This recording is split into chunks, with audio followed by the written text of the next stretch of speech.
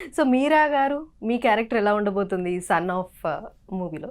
నేను protagonist, I'm opposite to Sai గారు. And ఈ క్యారెక్టర్ వచ్చేసి చాలా చాలా అంటే important character of the film. అంటే రెగ్యులర్గా జస్ట్ ఒక హీరోయిన్గా వచ్చి సాంగ్ చేయటం పోవటం లాగా లేదు.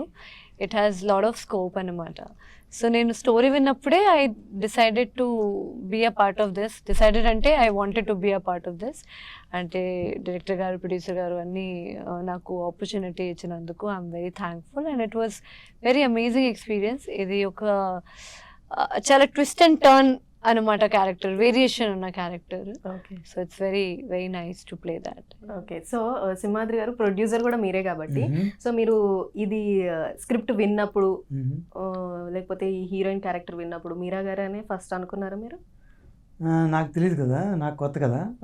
సో మనకి షూట్ కంఫర్ట్ చాలా ఇంపార్టెంట్, మంచి వాళ్ళు కావాలి. ఇంకా హ్యాండ్లింగ్, పెద్ద హీరోయిన్ అయితే నాకు కొత్త కాబట్టి నేను హ్యాండిల్ చేయలేను.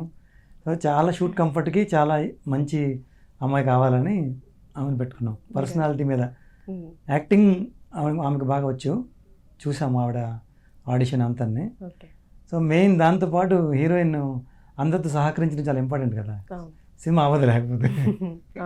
సో ఆవిడ యాటిట్యూడ్, పర్సనాలిటీ చాలా డౌన్ టు ఎర్త్ ఉంటారు. మాకు ఈ రోజు వరకు ఏ ఇబ్బంది కూడా కలదు, చాలా సరదాగా ఉంటారు.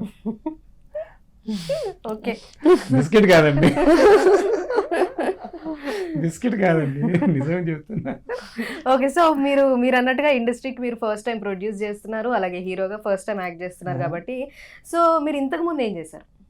ఇంతకుముందు నేను అమెరికాలో ఉంటానండి. నేను ప్రొఫెషన్ ఐటీ ఆర్కిటెక్ట్, కానీ బిజినెస్ కూడా చేస్తాను యూఎస్లో.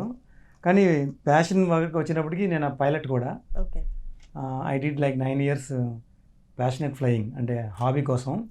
And I have done like 900 times landings, 400 hours flying చేశాను. I'm licensed federal aviation license holder.